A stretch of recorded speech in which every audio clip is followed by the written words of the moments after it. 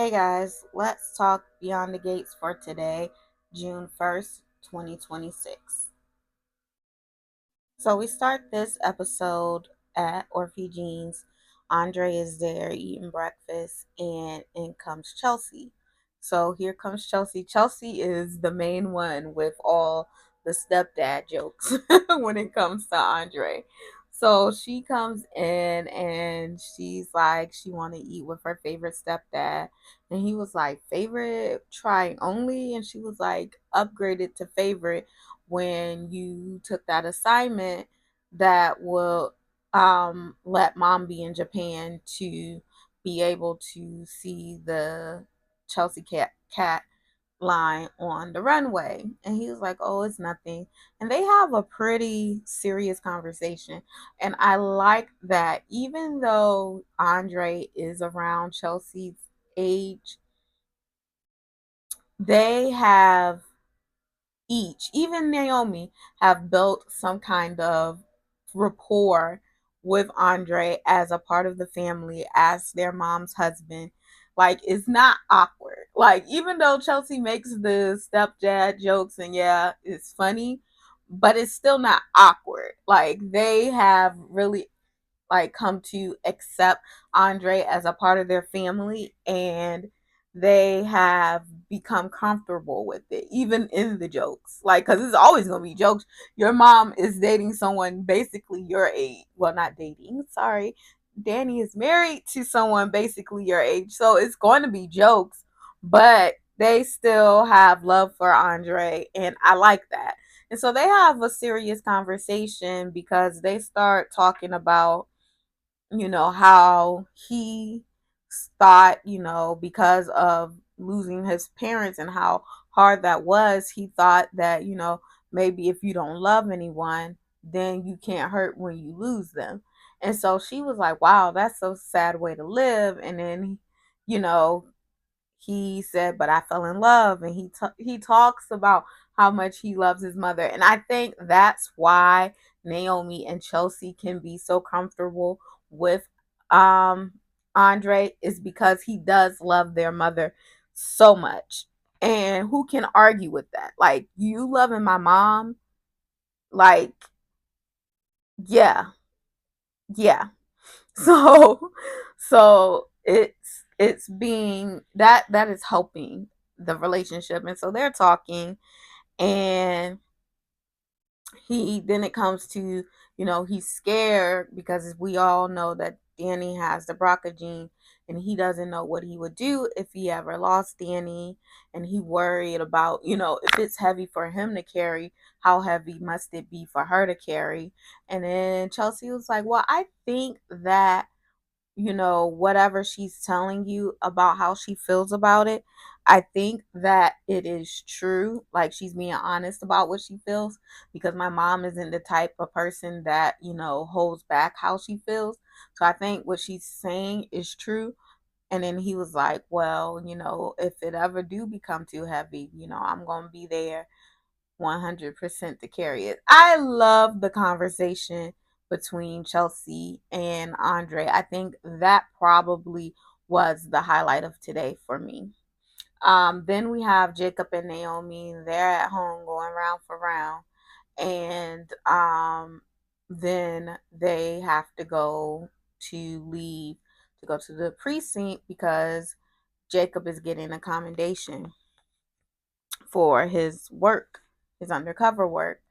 And he doesn't feel as if he is deserving because he did not bring down the whole ring, because the big fish and all of that, they didn't get brought in. And so he just doesn't feel like he should be celebrated because I didn't do it. And he's like, I'm not going to feel good until till Derek's death. It means something when all of this is brought down, because like I said last week, if he doesn't feel like, he feels at this point that Derek's death was in vain because they didn't get everyone. And so he basically said that today, until they do get everyone, He feels like Derek's death is in vain and he can't find peace in that. Then we have Joey and Randy's trying to coordinate a meeting between um Joey and the Impaler, but I don't think the Impaler is coming. But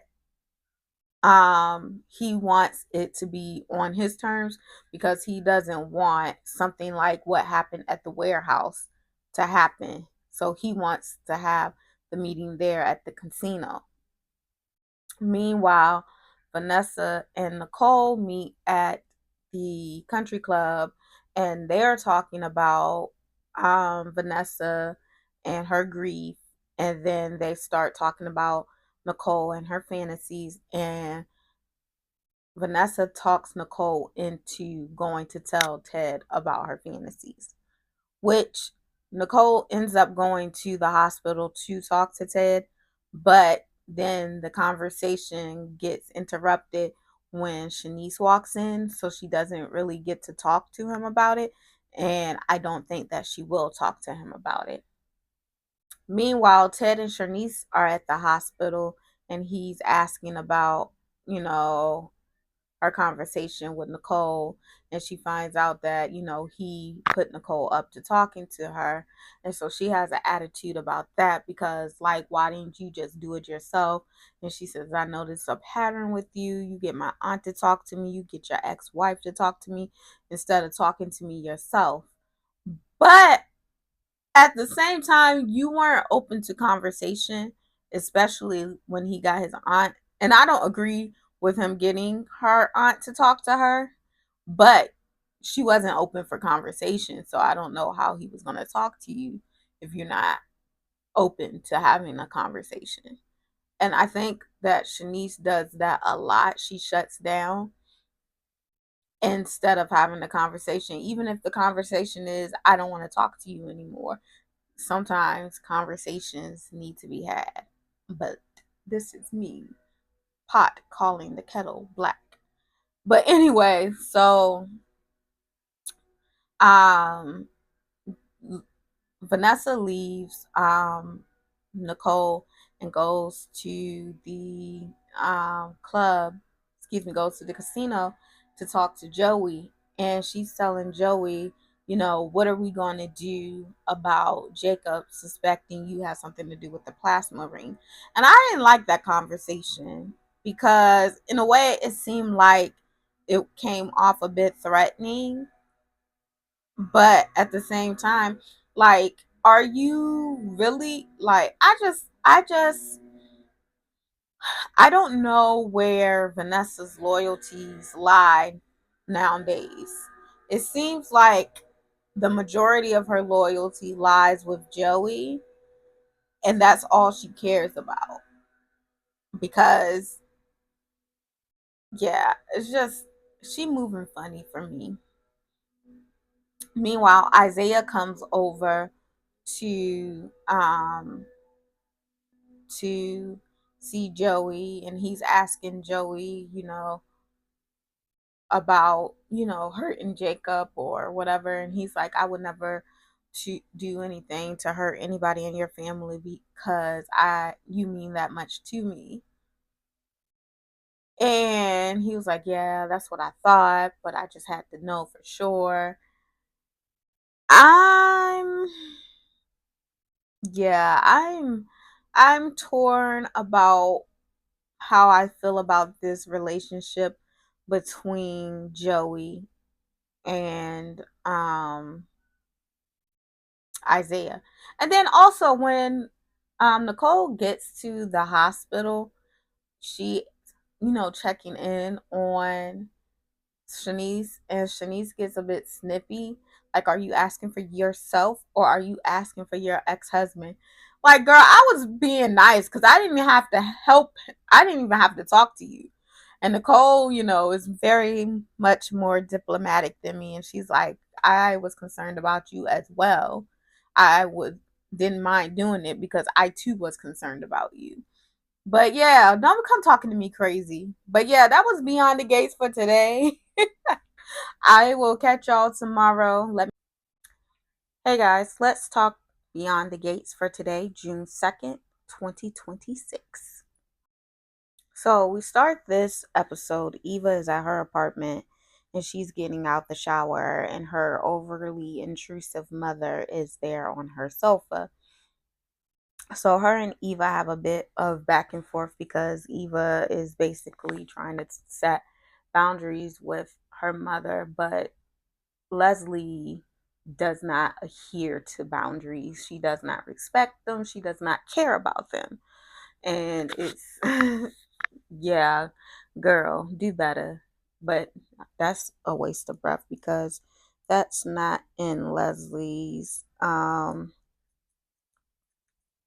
wheelhouse. But anyway, Eva's trying to get ready because she has somewhere to be, but she's not exactly telling her mother where she has to be. And she tells her mom that you're always going to be my number one person or whatever, because she has to placate Leslie like Leslie is a little child. Anyway, so she leaves, and then we see Isaiah and Darlene. They're having breakfast, and Les Darlene is making comments about Eva, and um now Isaiah has to put his foot down to his mother about making comments about Eva because she's respectful of Naomi, but she's not respectful of Eva. And she was like, Eva gonna be here today and gone tomorrow. And he was like, she's the woman in my life. And so, he's asking Darlene to play nice. And she was like, well, if you're asking me to play nice, I asked that you play nice with your father when they go down to the police station for Jacob's ceremony. Meanwhile, we got Haley and Bill. And Haley get on my nerves, and Bill was on my nerves today too. Because Haley and Bill are having they're eating at the club, and she's like um he's like, she's asking him about his trimmer, and he was like, I didn't have a trimmer today. And he's trying to fill up on her, and she's like, stop. And she's like, I don't want um you people to see us like that because we work so hard to get taken seriously as a couple, or whatever she's trying to say. And she's like, what's wrong with you? Because by her screaming out like that, it kind of like made him feel kind of way. And then he was like, well, Danny's on my mind. Haley's favorite words. He's like, Danny's on my mind. I made her feel unsafe and unprotected when it came to Mike, and I can't believe I did that. And then here comes Haley, because she really does buy into the um she buys into the whole um she buys into the whole Danny was a bad wife and that's why Bill cheated on her. So she buys into all of that, really. And so she's like, well, if she would have been a better wife, girl, go jump in the lake, please. So anyway, they're talking or whatever. And then it comes out that um hey, Bill got a call from Naomi the night before inviting Bill to Jacob's commendation ceremony, and she declined because she said he had too much going on. And she tells him some story about stress and trying to, minimize this. And he was like, oh, yeah, you make a good argument. And I'm going to go call Jacob. He don't try to do nothing. That was a violation, because if my child calls me to invite me to something and you decline and don't even tell me, that's a problem. And he don't see anything that Haley does as a problem. He doesn't see it. and he just moves on like nothing even happened. And I'm looking at my shoe closet and I'm seeing a pair of shoes that looks like they're in the wrong stack, and it's driving me crazy. Sorry. But Bill was trifling because he's trifling for always making excuses for every single thing that Haley does. And Haley be doing stuff that's way out of pocket and he never addresses it. He lets her continually be out of pocket. But anyway, then we have Kat and Smitty at Uptown, and Kat is listening to one of her true crime podcasts, and she's thinking about becoming a podcaster, and she wants to podcast about Lynette Wise. And then Smitty goes off the deep end, and he's like, "This is serious," and blah blah blah. I don't want to hear anything from Smitty really because I'm still mad at him for what he did and how he got Nicole caught up in all of this. So I really don't want to hear anything from Smitty. But what else, bro? Anyway, so then um Danny and Naomi are getting ready to go to the ceremony at the police station, and Danny um Naomi is talking to Danny about, the situation with Isaac and how Isaac with isn't Jacob's other brother named Isaac, but Jacob is not doing well, since everything went down. And she's just getting some insight from her mom, and so then they go down to the police station, and that's how Bill finds out, because Danny is like, "Where's your dad?" And she was like, "Oh, I called him last night, but Haley declined because she said he was busy or whatever." And so then turned, she sent a text message to Bill, like, but talking to Bill is pointless because all he gonna do is explain whatever Haley did away. So talking to him is pointless. Meanwhile, Malone and Elon are there and they're excited about the ceremony. And, Malone likes to razz Jacob. So when Jacob arrives, that's what he hops into doing. And he's like, razzing him about the commendation or whatever. And he's like snappy at everybody because he doesn't feel like he deserves it. Meanwhile, Darlene is there, Jacob is there, Isaiah, and Eva. Well, Isaiah is there, then Eva shows up. Eva comes and Darlene is Petty Betty, and they're taking pictures, and Isaiah doing too much. He's like, "Babe, come over here and get in the picture." So they taking a picture, and Darlene tries to get Malone to take the picture, but then her and Malone don't get along. So he's like, "I'm on the phone," and so then she gets Elon to take the picture, and so Elon is taking the picture, and they take a picture with Eva, and then she says, "I want a picture with all of us, but there's no one to take it." And so Eva has to volunteer to take the picture, and so she about to delete the picture when Isaiah is like, "Mom, can you send me the picture?" Darlene is funny to me. So anyway, they all there and they're having the ceremony or whatever. And soon after the ceremony is over, Jacob leaves and Naomi goes after him and asks Danny to cover for them.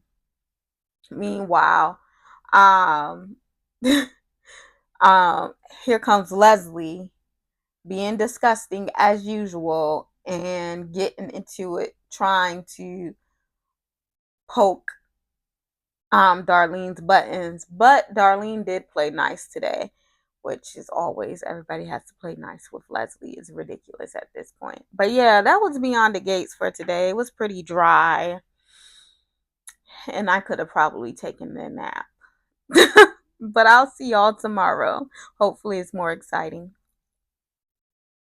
Hey guys, let's talk Beyond the Gates for today, June 3rd, 2026.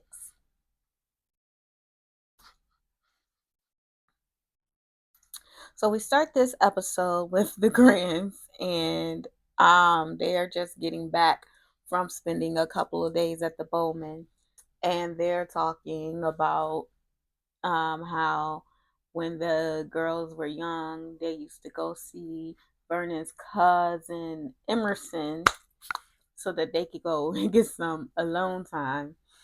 And so they're chatting and talking, and unbeknownst to them, Nicole is coming down on the elevator.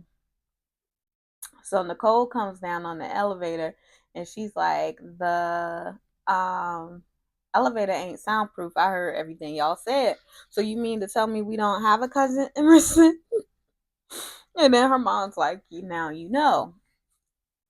So Nicole is like, yeah, let me go ahead and get out y'all hair or whatever. And she was like, the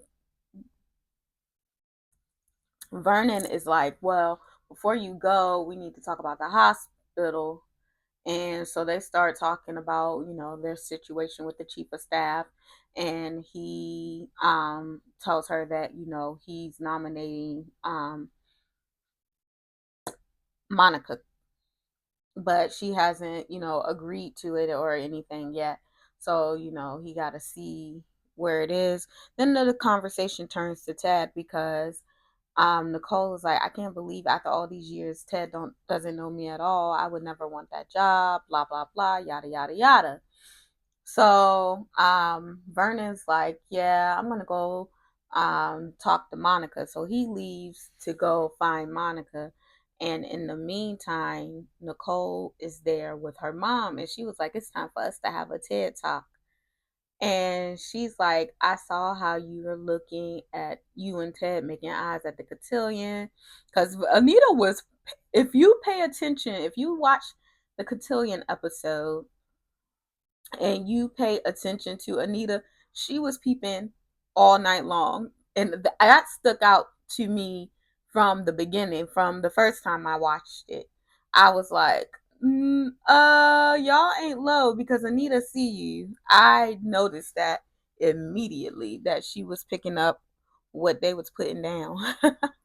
And so they started talking about, past and memories and the fantasies and all of that she's having. And um yeah, I think Nicole isn't ready to admit it, but she want that man, but that man is not worthy of Nicole. I'm sorry. Because today even proved it. Because he's with Shanice, but he's pressed and worried to death about what Nicole was going to tell him in his office. Because we see him have a conversation with Martin. And when he's having a conversation with Martin, he's, like, I wonder what she was wanting to tell me. Like, you told Shanice, you promised Shanice that you didn't want to be with Nicole. That has passed. You and Nicole were no more. But you pressed, you want to know so bad what Nicole was about to say to you. Why do you want to know that so bad, Ted? He even at one point was like, I don't know if I can continue to go on and not know what she said. But then Martin so supposedly gave him some food for thought, and he's going to leave it alone. Either he's not going to leave it alone or Nicole's not going to leave it alone. But it will not be left alone, and the conversation is going to be had because it's so planned, and we have to expect these things. Shanice is going to get hurt, and I want to say that I'm going to feel bad for her, but I'm not going to feel bad for her because her gut is telling her to run, and she's not listening to her gut. Because even her aunt Monica loves her, but her aunt is got this messed up as well. Y'all falling for what Ted is saying, But Ted is not an honorable and trustworthy man. And he's telling you what sounds good and what he should be saying, but he is not what he really means. And yeah, that's just what that is. Anyway, meanwhile, we have everybody's at Martin's house. It's Kat, Chelsea, Samantha, Smitty, Martin, Tyrell, Jessica. And Smitty is trying to work, and everybody's just making so much noise. And he's working on his article that he's about to turn in. And so he basically tells everybody to get out. So Martin goes to meet with Ted at the country club. Kat, Chelsea, and Samantha go to Orphe Jeans, and then Tyrell and Jessica go to Jessica's beach house again. So we know what happens at the beach house. They're playing chess. He's trying to convince her not to go away to college or whatever the case may be because he doesn't want to break up, and they end up having sex again, and he's trying to weaponize sex to get her to do what he wants her to do. It's kind of crazy. That's actually kind of crazy, and it's not a good behavior to start doing. That's Anyway, so meanwhile, the girls are at Orphe Jeans, and they are talking to Samantha, about the cotillion, just debriefing about the cotillion. And, they mentioned that they know that she had a crush on Donnell, but he's too old for her. So stick the boys that go to school with you, and save him for later, like when you grow up, maybe, you know one day in the future when you grow up and you're 18, and is yeah, because he is a little bit older than her, and is just not appropriate right now. And so then they're talking, and she's, talking about how she felt insecure as a adopted Dupree. And, Chelsea and Kat are telling her, girl, you are a Dupree through and through. And then they give her their newest creation, and they say that she gets to name it. And, it was a cute little moment between the girls. Um, Meanwhile, Shanice is at the hospital, and her Aunt Monica is there, and she's trying to convince her Aunt Monica to take the chief position. And then Naomi shows up, and then Naomi was like, "Well, we need oncologists like you." We Monica ain't low. Monica know what's up too. Mm-hmm. So she's like, "We need oncologists like you." And Monica looking at her, but she don't say nothing because Monica is a professional, a peak professional. So she didn't say anything. But Naomi was like, they were talking, and then they mentioned that maybe she can do it on a trial basis for like a year, for them to be able to find someone and train them properly to do the job. And so ultimately, when Vernon finds her, that's what she decides to do. And she also negotiates that she also wants to be able to see some patients, because seeing patients is something the chief of staff job takes from you. I remember on General Hospital, Portia mentioned how her father, before Portia was chief of staff, how her father was chief of staff, and he was a little bit resentful of her mom because her mom was still able to see patients and he wasn't able to do so as much being chief of staff. But I think Portia had it kind of easy because she shared the job. I'm still on the campaign of give Portia her job back, but this is the wrong platform for this because this is about Beyond the Gates. And then but yeah, ultimately she says she'll do it, but on a temporary basis. And so yeah, that was Beyond the Gates for today. Oh, and Eva talked to her dad, and we have more. Woe is Eva. I understand she lost Derek, but everything turns into Ted, I'm so glad I can be here for you in this moment. Okay, girl, get over it. You get over it, Ted, get over it, everybody get over it. But I'll see y'all tomorrow. Hey guys, let's talk Beyond the Gates for today, June 4th, 2026. So we start this episode with Danny and Andre.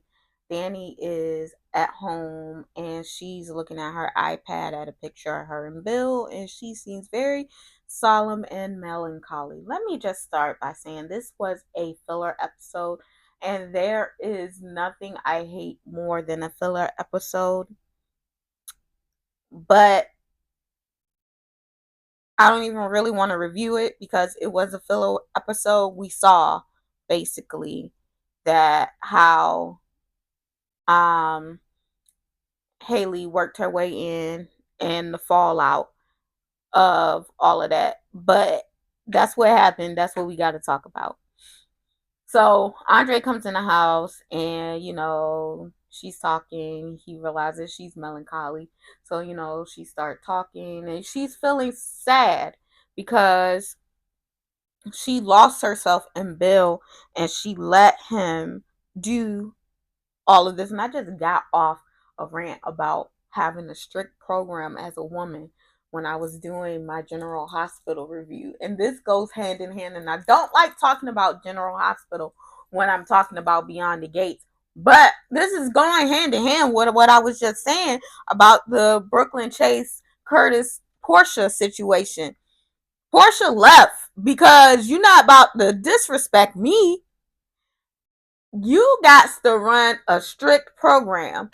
And because Danny didn't run a strict program, she's feeling, like, she did this to herself by letting Bill, get over. And Andre is basically telling her, you were fighting for what you believed in. Yeah, but don't go back, Danny. This is your sign that you can feel melancholy about how you allowed yourself to be in this situation. This is your sign to not go back to that situation because it's not in your best interest. You deserve better. You deserve more. And you don't have to put up with that mess. And that's what it all comes down to. So she's telling, him about, the conversation they had the other day about Mike. And then she's talking about, how she,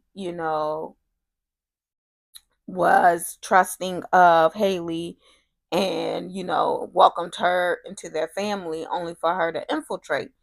Meanwhile, Haley is down at or uptown and she meets with Randy and she's talking, her and Randy are reminiscing about when she came to DC and how she was plotting to make Joey her mark, and he was like, yeah, no, Joey ain't the right mark.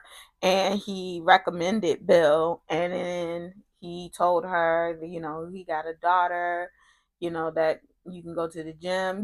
She started going to meet Naomi and she got in good with Naomi because for what everyone says about the Duprees, they always try to act like they're uppity and they look down on people. They're very kind and open people, and people take advantage of that. And it was alluded to that with Catherine. She once stated, how people took advantage of her kindness and friendship in the past, and that's why she's not as trusting of people. And it makes sense. So the same way that Kat was is the same way Naomi was with Haley, and look what Haley did. Haley had ulterior motives and she executed. Meanwhile, um, Bill is at work and he's talking with Caroline, and he's still haunted by everything that he's still haunted by everything that Danny said to him the other day. And he's talking to Caroline and he's like, how come I didn't see it? And she was like, well, you were preoccupied with work and other things. Yeah, with the women. You know what we're doing. So he's thinking about, how, everything played out.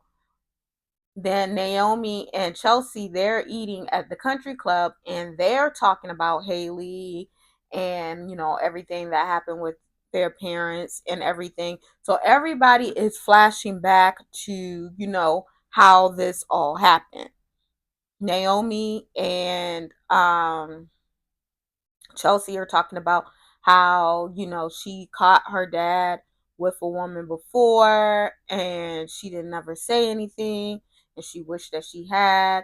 She's reminiscing about, talking to Haley and opening up about this. And everybody is just reminiscing about how it happened.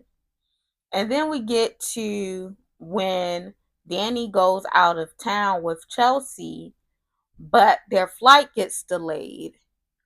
And so Bill is at the house and that witch is helping him move out. That's not how you mop a floor.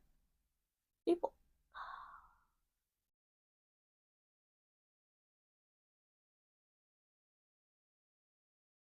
remind me not to go to your house. Anyway, so they the winch is helping Bill move out, and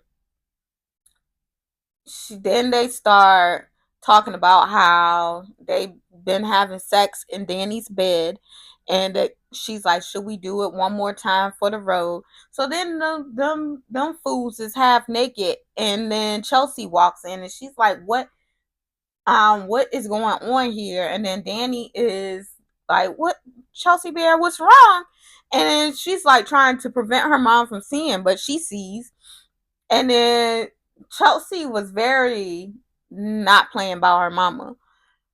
Cause she was like, if you don't get your trifling ASS out of here. Because yeah, it's just I just feel like sleeping cheating is one thing. Like cheating is bad and I don't condone it and I hate it, everything about it. But sleeping with your mistress in your wife's bed is an extra kind of nasty and dirty that you didn't even have to do. Because the disrespect was already there. But you're going to do that in my bed?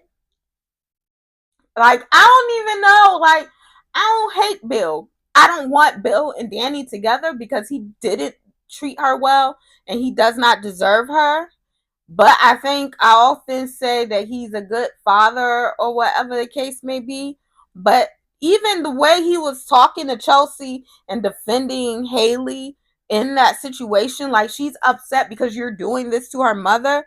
And he's like literally defending Haley against his daughter. And that it made me, I don't know, I'm gonna probably beside Bill for a minute because like that's crazy. Like I already don't like you and I think I don't want you to die, but I think what Haley is doing to you is what you deserve because my grandmother always says every dog has their day and some have two. And so this is exactly what you deserve, Bill. But dang, like in Danny's bed, that's how little you think of her. Then he's flashing back to when she came to see him about before his wedding, and I'm wondering what he's thinking about it. And then he flashes back to that, and she feels like so stupid. It's like she says she feels like she wanted to be hurt more, and Andre tells her, "You weren't trying to be hurt more. You weren't asking to be hurt. You were looking for love." And you know, Andre loves you. He respects you, and you gotta let this go, Danny. Like I hope that everything she was thinking and feeling today, I hope that it sticks with her and that she lets it go, because Bill ain't worth it. He's not worth your self-worth. He's not worth it. But yeah, that was Beyond the Gates for today, and we'll be back at it tomorrow.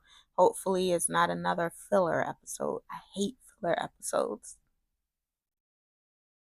Hey guys, let's talk Beyond the Gates for today, June 5th, 2026. So we start this episode at Vernon and Anita's house. Vernon is on the phone with Victor Newman from Young and the Restless, and he's talking to Victor, and he's, talking to him about coming to Martin's campaign donor party thing. And Victor, agrees he's going to be like the keynote speaker at the fundraiser. And Grant comes in and she's like, "Who were you talking to?" And he trying to keep it a secret. And she was like, "Yeah, the last time you was having hush conversations, our daughters convinced themselves that you were having an affair. Who were you talking to?" Because Grant run a strict program around there, okay? And so he was like, "I was talking to Victor," and he agreed. And so they're excited about that. And they're wondering where Martin is, because he's supposed to come over there so that they can hear his speech, and, help him tweak it if necessary. Meanwhile, Martin and Smitty are at home with Chandra. I don't want to say her name wrong. Shonda. Why do I not remember that? I used to have a friend, a best friend actually, and her middle name was Shonda. But anyway, um, they're at home and they're doing the seating chart for the fundraiser.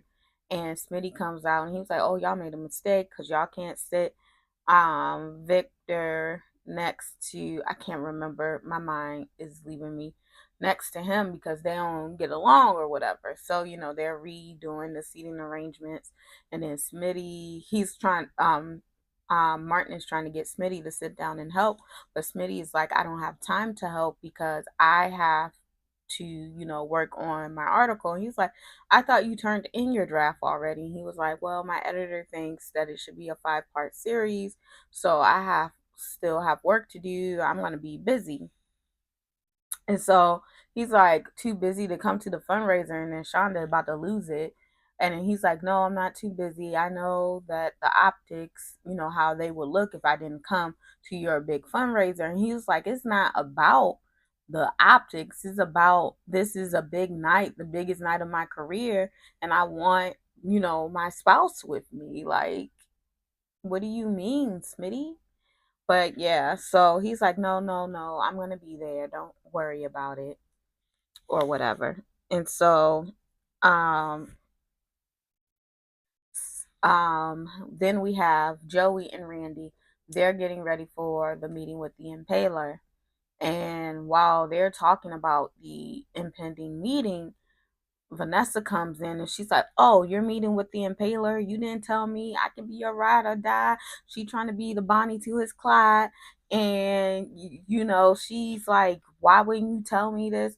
Girl, you want to be down so bad. Like, girl, like, even if I was going to be with a criminal, I wouldn't be. Y'all don't know me, but I would never be with a criminal. I like peace, calm. I like doing nothing. I like predictability. I like all of that. So I would never be with a criminal. But if I was going to be with a criminal, you want to protect me by keeping me away from the danger? Do what you got to do, sir. I'm not fighting you on that. But she want to be in the thick of it so bad. Like, girl, you want to go home to glory with Doug? Because that's where you headed. Because she doing too much. And she's trying to convince Joey to let her take the meeting because I want to show you I can be an asset. Girl, you ain't never. Joey would be a fool. He ain't a fool. So he tells Randy to take her back to the penthouse. And she's like, "I can take myself." So Randy follows her and goes in there. And she's sitting there and she's like, "Look, Randy, we go way back. look, I can't lose another man that I love, so I need you to go back and make sure that Joey's okay. There's a guard outside the door, and Randy is like, look, don't let her leave. And so she's there pacing back and forth, once Randy leaves, because she's very anxious about what is going to happen with Joey meeting with the Impaler. Meanwhile, Naomi and Jacob are at the house and they are talking, and he is set on trying to bring down the Impaler. He wants to draw out the Impaler. That's what he thinks his life mission is. This is his way of trying to make Derek's death worth something. But at the end of the day, even if you do make the Impaler pay, you make them go to jail, face justice, and all of that, it's still not going to bring back Derek. And it's not really going to make you feel better. You think that's what it's going to do right now, but at the end of the day, your friend is still going to be gone, and you're going to have to reckon with that. And I don't know that he or Ashley will they're ready for that. Meanwhile, Ashley's at home and Grayson comes over and he's trying to apologize again. And two things can be true. He can be sorry. I still don't think it would be healthy or in Ashley's best interest to continue a relationship with him.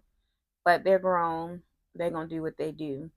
Meanwhile, Naomi comes over and she's like, what was that about? And she's like, yeah, Grayson trying to act like I'm going to forgive him. Like, at this point, I feel like Ashley she's playing the grieving girlfriend, even though she was no longer Derek's girlfriend. She thinks that she's supposed to be grieving. I don't even know that she is really grieving, because even today, when he left and Naomi left and she was flashing a back, she wasn't flashing back about Derek. She was flashing back about like her courtship with Grayson. So I think she's just putting on this show. Oh, I cared about Derek so much, but and I'm supposed to be sad because he was the love of my life and we were going to get married. And Naomi's kind of trying to hold up a mirror to her and tell her that you and Jacob are dealing with survivor's guilt. And she feels guilty because ultimately, even though she didn't admit this to Derek's father, which I think is foul, but Derek went to that warehouse because he thought she was in trouble. And he wanted to protect her because he loves her. I always question whether or not Ashley loves Derek, but he loved her. And so he thought she was in trouble. So he went there for her. So she's trying to avoid having to face that reality. And Naomi kind of held up a mirror to her, but she not trying to hear it, and it may just be too soon. And it is a lot to reconcile. You are the reason.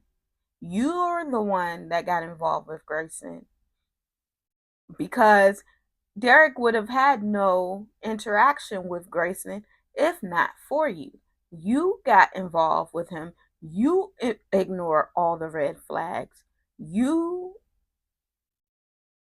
refuse to even step away when you found out. You still were, tell me about what's going on. Tell me, tell me, tell me, tell me. You didn't distance yourself properly.